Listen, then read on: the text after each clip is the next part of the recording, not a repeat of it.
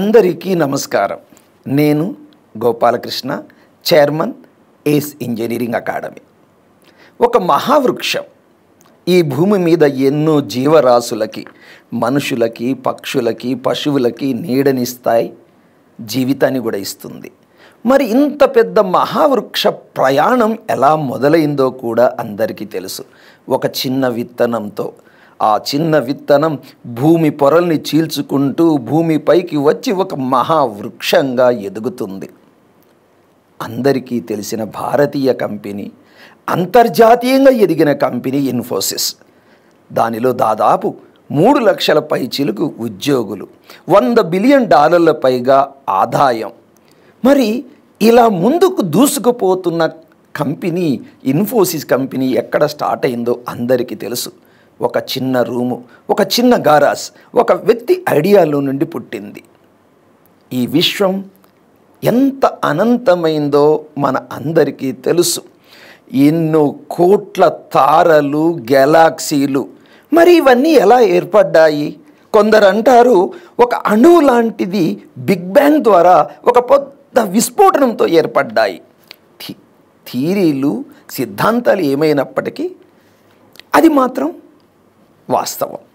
ఈ భూప్రపంచం మీద ఎన్నో అద్భుతాలు సృష్టించాడు మానవుడు. నేల మీద, నీటి మీద, గాలిలో మరియు అంతరిక్షములో. మరి ఇన్ని అద్భుతాలు సృష్టించిన మానవుడు, మానవ జన్మ ఎక్కడి నుంచి వచ్చింది? అమ్మ గర్భంలో ఒక కణంతో ప్రారంభమవుతుంది. మహావృక్షమైన, విశ్వమైన, ఈ మనిషి అయినా ఏదైనా ఒక అడుగుతూనే మొదలవుతుంది. అలాగే ఎంతోమంది ఉద్యోగార్థులు రాష్ట్ర ప్రభుత్వ ఉద్యోగంకై, కేంద్ర ప్రభుత్వ ఉద్యోగంకై తపన పడుతూ ఉంటారు. మరి వీరందరికీ కూడా జనరల్ స్టడీస్ అనేది ఒక అనివార్యమైన సబ్జెక్ట్. మరి ఈ జనరల్ స్టడీస్ సబ్జెక్టుకి ఒక ప్రాథమిక పునాది ఏంటి?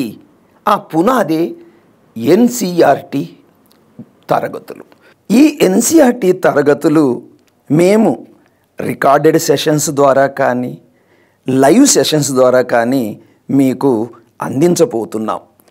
మళ్ళీ చెప్తున్నాను, ఇవి కేవలం ఉద్యోగార్థులకే కాదు. ఒక రాజకీయ నాయకుడిగా ఎదగాలన్నా, ఒక ఇండస్ట్రియలిస్ట్గా ఎదగాలన్నా, ఒక మంచి పౌరుడు కావాలన్నా కొంత ప్రాథమిక విషయాలు మనకి తెలిసి ఉండాలి. అదే మా యొక్క ఉద్దేశము.